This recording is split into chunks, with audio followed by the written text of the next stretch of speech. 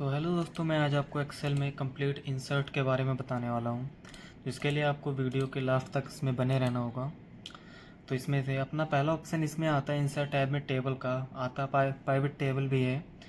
मैं इसके बारे में आपको दूसरे वीडियो में बताऊँगा, क्योंकि प्राइवेट टेबल एक बहुत ही बड़ा टॉपिक है। इसको अच्छे से समझने के लिए इसके लिए कंप्लीट एक अलग से वीडियो मुझे बनाना पड़ेगा। मैं आपको इसमें पहले टेबल कैसे बनाना है किसी डेटा के लिए मैं इसमें आपको बताने वाला हूँ। सबसे पहले आपको माउस की लेफ़्ट बटन को प्रेस करते हुए सिंपल जितना भी डेटा आपको चाहिए उतना आपको ड्रैग कर लेना है। फिर इस पर आपको टेबल पर क्लिक करना है। फिर ये आपसे पूछेगा माय टेबल एज हेडर। अगर आप अपनी टेबल पे टॉप पे यहाँ पे अगर हेडिंग देना चाहते हैं तो आपको सिंपल इसे टिक कर देना है और ओके प्रेस कर देना है।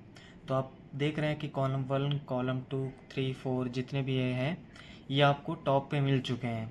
पर अगर आप चाहते हैं कि इस हेडिंग को हटाना चाहते हैं तो आपको सिंपल यहाँ पे जैसे ही आप टेबल बनाते हैं तो आपको एक डिज़ाइन का ऑप्शन मिलता है। इसमें कई सारे ऑप्शन हैं, जैसे इसमें लिखा है हेडर रो, टोटल रो, बैंडेड रो।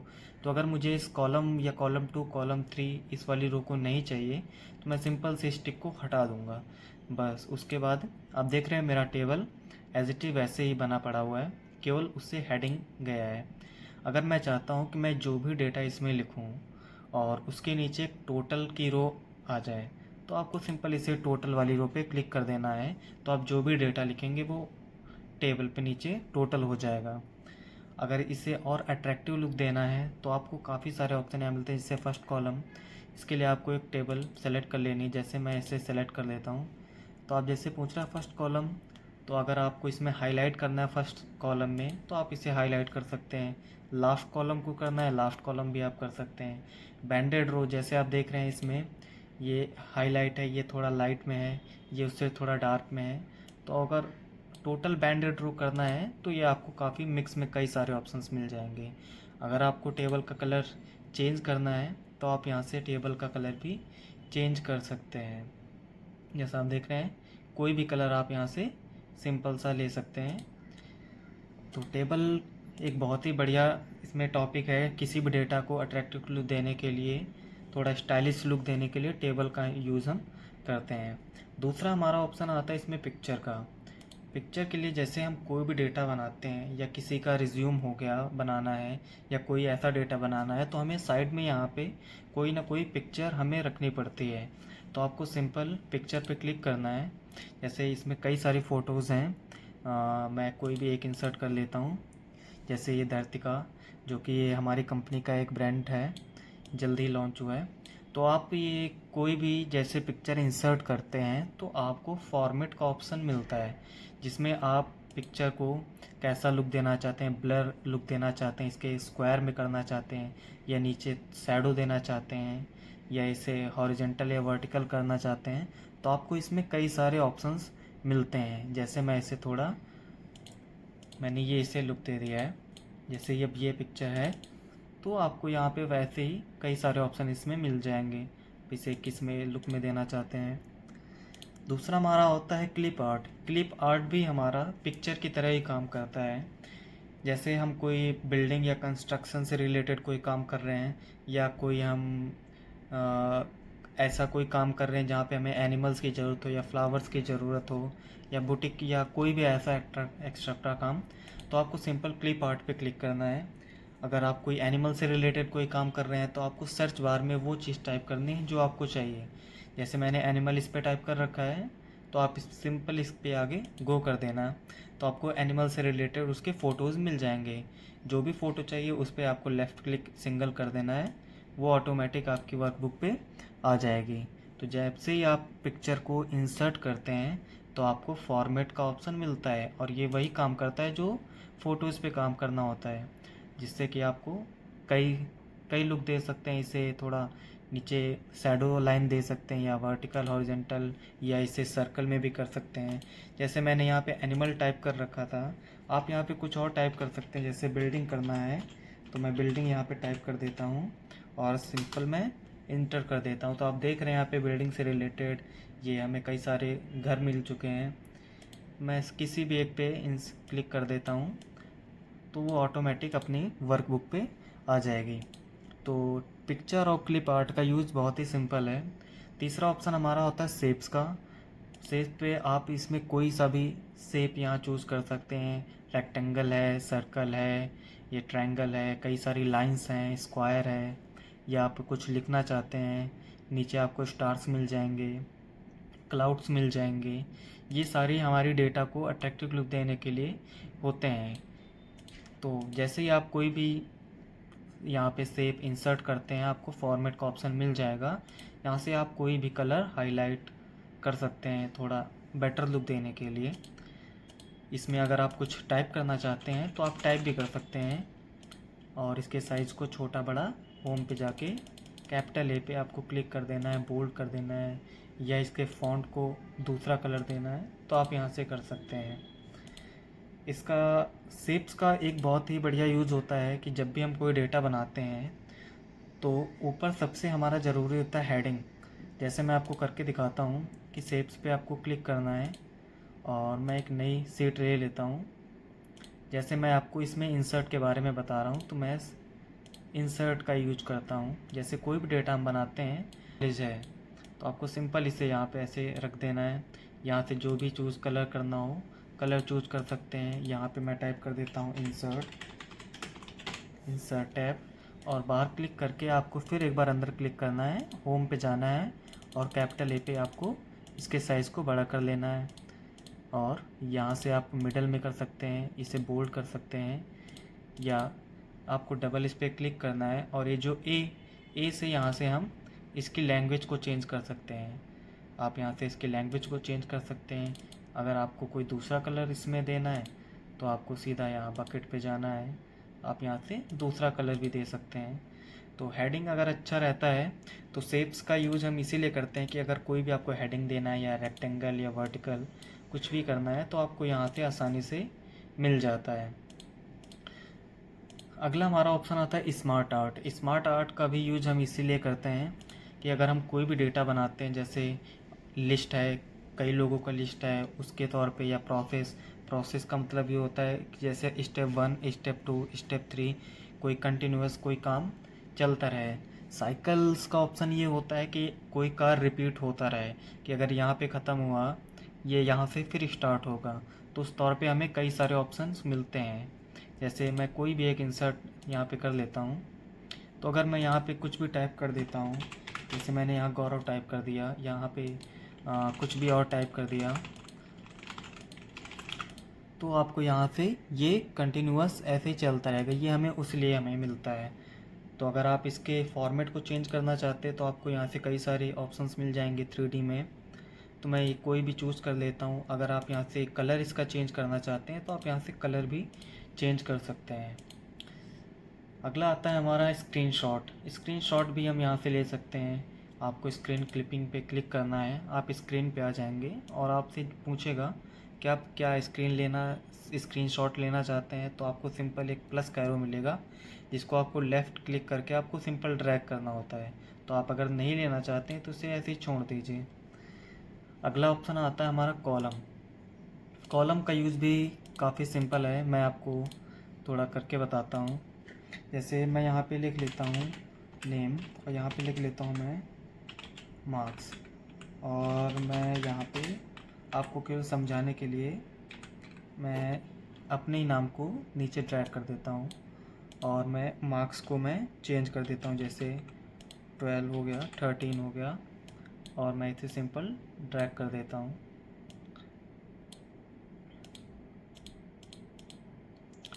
तो अगर आपको इसको टेबल में कन्वर्ट करना है तो आपसे ये पूछेगा, जैसे मैंने इसे सेलेक्ट किया और मैं चाहता हूँ कि इसे टेबल में मैं कन्वर्ट कर दूँ, तो मैंने टेबल को ले लिया है। तो जैसे ही आप कोई भी डेटा बनाते हैं तो उसको आप टेबल में भी दिखा सकते हैं। जैसे अगर मैं यहाँ पे कोई भी अगर नंबर को डिजिट को कम करता हूँ तो ये ऑटोमेटिक हमारे टेबल में ऑटोमेटिक शो हो जाता है। तो आप अगर डेटा नहीं दिखा सकते, अगर किसी को आप टेबल दिखा रहे हैं, तो उससे भी ये अंदाज़ा लगाया जा सकता है कि हाँ किस कैंडिडेट ने काफ़ी ग्रो किया है, या किस कैंडिडेट का मार्क्स सबसे कम है। तो आप यहाँ से दिखा सकते हैं आसानी से। अगर आपको लाइंस में चाहिए तो आप लाइंस में भी कर सकते हैं, पाई में चाहिए तो आपको पाई में भी कर सकते हैं। आपको सिंपल इसे सेलेक्ट कर लेना है, पाई पे जाना है और पाई को चूज़ कर लेना है, तो ये आपका पाई में भी आ जाएगा। तो आप इसको यहाँ से 3D एनिमेशन भी दे सकते हैं, जैसा आप लोग यहाँ देना चाहते हैं। आप कोई भी नंबर, जैसा मैंने बताया, जैसे मैं 100 यहाँ टाइप कर देता हूँ और मैं सिंपल इंटर कर देता हूँ, तो आप देख रहे हैं ये जो गौरव है, मैंने इसे 100 टाइप किया और ये जितना भी सबसे ज़्यादा ये ऑरेंज वाला पार्ट है ये ऑटोमेटिक यहाँ पे अपडेट हो चुका है। तो इसी तरह आप काफ़ी सारा यूज इसमें कर सकते हैं। आपको डाटा बार का ऑप्शन मिल जाता है, इसमें कोन का ऑप्शन भी मिल जाता है। तो चार्ट के बारे में आपको अगर समझ में आया हो तो बढ़िया है, वरना आप मुझे कमेंट करना, मैं आपको एक दूसरा अलग से वीडियो बना के आपको उसमें बता दूंगा। आपको उसमें कुछ नहीं करना रहता है, जो भी आपको डेटा बनाना है आपको सिंपल उसे सेलेक्ट कर लेना है और जिसमें भी जाना है, जैसे अब मैं बार बता देता हूँ इसमें, तो आपको सीधा डेटा बार पे क्लिक कर देना है, तो आप डेटा बार में भी इसके ऑप्शंस को पा जाएंगे। जैसे मैंने यहाँ पे 100 किया था, अभी मैं यहाँ पे 10 कर देता हूँ और मैं सिंपल इसे एंटर कर दूँगा, तो देखना ये सबसे जो बड़ी बटन है ये छोटे ऑप्शंस में हमारा ऑटोमेटिक कन्वर्ट हो जाएगा। तो जो भी हम डेटा इसमें टाइप करेंगे वो हमारा तीनों चार्ट्स में अपडेट हो जाएगा, क्योंकि हमने सेलेक्ट किया है। दूसरा हमारा ऑप्शंस आता है अदर चार्ट। इसमें कई सारे अलग भी ऑप्शंस आपको मिलते हैं अदर चार्ट के लिए, जो हमारा बड़े बिजनेसेस में काम आता है। अगला ऑप्शन हमारा होता है स्पार्क लाइंस। स्पार्क लाइंस का भी काफ़ी यूज़फुल डेटा होता है। जैसे हमें दो लोगों में कोई कंपैरिजन करना हो कि किसके मार्क्स कम हैं किसके ज़्यादा हैं, तो अगर कई लोगों का डेटा है तो उसमें आप कैसे करेंगे, जैसे मैं आपको करके बताता हूँ। जैसे मैं इतना ही डेटा लेता हूँ केवल आपको समझाने के लिए। तो सिंपल स्पार्क लाइन का यूज ये होता है, आपको यहाँ पे जाना है इंसर्ट पे और लाइंस पे डॉट करना है, तो आपसे पूछेगा डेटा रेंज। तो डेटा रेंज में आपको स्टार्ट की 2 रो को ये सेलेक्ट कर लेना है। आपसे पूछेगा लोकेशन रेंज, लोकेशन रेंज को आपको क्लिक करके इसे हटा देना है और यहाँ पे इस लोकेशन को सेलेक्ट कर लेना है और कर देना है ओके। तो आप देख रहे हैं ये जो हमारा लाइन ये जो बन के आया है, मैं पहले इसे ड्रैग कर देता हूँ नीचे। यहाँ पे जब ये प्लस का आइकन बने छोटा वाला, तो आपको सिंपल नीचे ड्रैग कर देना है। तो मैं इसका आपको मतलब बता देता हूँ, इसका मतलब क्या होता है। जैसे अपना स्टार्टिंग पॉइंट 12 है और एंडिंग पॉइंट है 45, तो 12 जो है हमारा मिनिमम वैल्यू है। तो जो मिनिमम वैल्यू है वो हमारा डाउन से नीचे से स्टार्ट हुआ है और ये ऊपर की तरफ गया है। तो छोटी हमारा स्टार्टिंग वैल्यू छोटा है, इसलिए वो छोटे से बड़े की ओर गया है। इसका अपोजिट ये हमारा ये 8596 है, ये हमारा बड़ी वैल्यू है, तो हमारा कर्सर स्टार्टिंग पॉइंट ऊपर से नीचे की तरफ गया है। ध्यान रखना है, ये आपको देखना है, हमारा लेफ़्ट साइड से ही सारा डेटा शुरू होता है। लेफ़्ट साइड से देखने का मतलब जैसे 456 है तो हम यहाँ से देखेंगे, क्योंकि कहने को ये भी कह सकते हैं कि हम 56 से सीधा 456 की तरफ गए हैं, लेकिन ऐसा नहीं। हम स्टार्टिंग पॉइंट यहाँ से देखेंगे ऊपर से कि 456 से हमारा डेटा नीचे की तरफ गया है। तो ये तो हो गया हमारा ये लाइंस के तौर पे। अगर आपको डेटा को चेंज करना है तो आप डेटा इसमें चेंज भी कर सकते हैं। जैसे आपको इसमें कॉलम्स में चाहिए तो आपको डेटा रेंज वही सेलेक्ट करनी है। मैं डेटा रेंज सेलेक्ट कर लेता हूँ और मैं इसे डिलीट कर देता हूँ और मैं इसे सेलेक्ट कर लेता हूँ, तो आपको यहाँ पे कॉलम पे दिख जाएगा। तो आपको सिंपल इसे ड्रैग कर देना है। इसका मतलब ये है, जैसे अपना ये 12 है, 12 हमारी छोटी वैल्यू है, तो जितने भी हमारी छोटी वैल्यूज़ हैं वो एक लाइन के तौर पर दिखेंगी और जितने भी हमारे बॉक्स हैं ये हमें मैक्सिमम वैल्यू की तरह दिखेंगे। तो आपको अगर इसमें कलर देना है तो आप इसमें कलर भी दे सकते हैं। तो जितने भी कॉलम हैं या जितने भी हमारी लाइंस हैं आप आसानी से इसमें कलर दे सकते हैं, जो भी कलर आपको इसमें देना हो। तीसरा हमारा स्पार्क लाइंस में आता है विन और लॉस। विन और लॉस का मतलब मैं भी आपको बता देता हूँ। जैसे मैं कोई डेटा लिखता हूँ 145 और -45 और 80 और ये 100 और 45, मैं इतना ही डेटा ले लेता हूँ।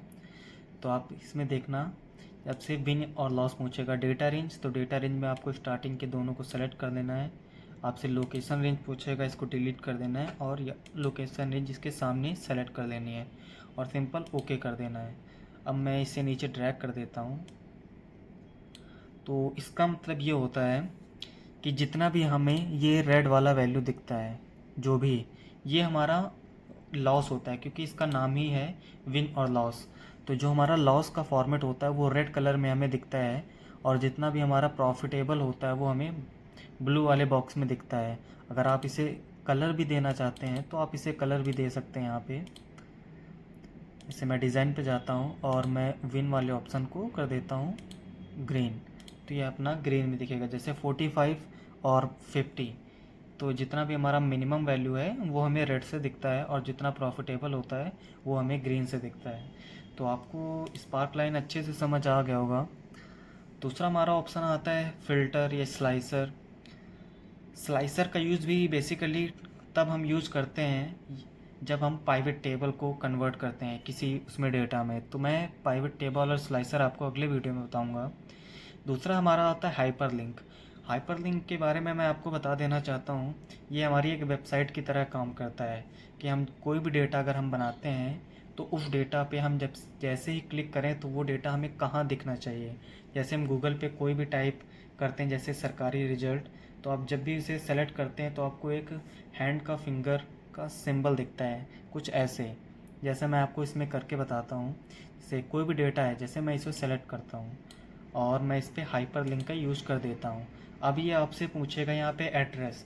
एड्रेस इसलिए पूछ रहा है कि आप ये जो फाइल बना रहे हैं, आप इस फाइल को कहाँ पे देखना चाहते हैं। तो मैं यहाँ से कोई भी एक चूज़ कर लेता हूँ। जैसे ये हमारे ऑनरेबल सेल्समैन हैं योगेंद्र सिंह, मैं इसे यहाँ पे ओके कर देता हूँ। तो आप देख रहे हैं ये हमारा जितना भी डेटा है ये हमारा ब्लू से हो गया है, और ये हैंड जो आपको दिख रहा है ये एक अभी लिंक की तरह काम करेगा। तो जैसे ही मैं इस लिंक पे क्लिक करूँगा तो जो हमारे सेल्समैन उनकी जो फाइल है वो ऑटोमेटिक ओपन हो जाएगी। जैसे मैं आपको इस पर लेफ़्ट क्लिक किया मैंने, तो ये आप देख रहे हैं योगेंद्र सिंह, ये हमारी कंपनी का नाम गौतम लब्धि मार्केटिंग। तो ये उनकी ये हमारी ये फ़ाइल ओपन हो चुकी है। तो इस तरह हमारा हाइपरलिंक काम करता है। अगर इसको आपको हटाना है तो आपको सिंपल इसे क्लिक लेफ्ट सेलेक्ट कर लेना है, राइट क्लिक करना है और नीचे है रिमूव हाइपरलिंक, आपको सिंपल इसे हटा देना है। दूसरा ऑप्शन हमारा इसमें आता है टेक्स्ट बॉक्स।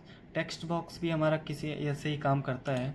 आपको कहीं भी टेक्स्ट, जैसे आप यहाँ पे बनाना चाहते हैं तो आप यहाँ भी अपना कोई भी एक छोटा सा कॉलम दे सकते हैं। अगर आपको इस कॉलम के अंदर भी कॉलम को टाइप करना है तो आप यहाँ कॉलम के अंदर भी आप कॉलम बना सकते हैं।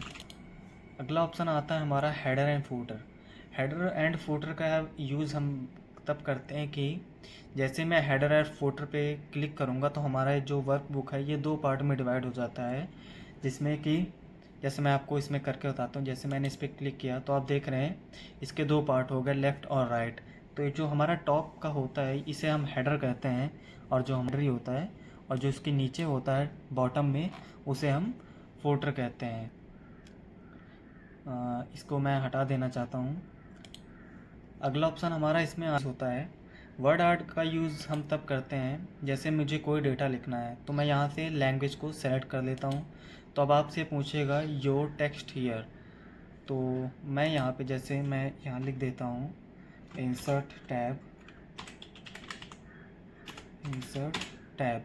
तो आपने जो लैंग्वेज को चूज़ किया था आप उसी लैंग्वेज में यहाँ पे उस डेटा को लिख पाएंगे। अगर आपको डेटा इसकी लैंग्वेज को चेंज करना है तो आपको सिंपल इसे सेलेक्ट करना होगा और यहाँ पे ए पे जो दिखता है आपको यहाँ पे क्लिक कर देना होगा। तो आप यहाँ से इसकी लैंग्वेज को चेंज कर सकते हैं। इसमें आप कलर देना चाहते हैं तो आप कलर भी दे सकते हैं। अगला आता है हमारा सिग्नेचर आर्ट ऑब्जेक्ट्स। इनका यूज़ नहीं करते हैं हम अपने नॉर्मली बेसिक एक्सेल जब हम सीखते हैं तो इनका यूज़ बहुत कम ही यूज़ करना होता है।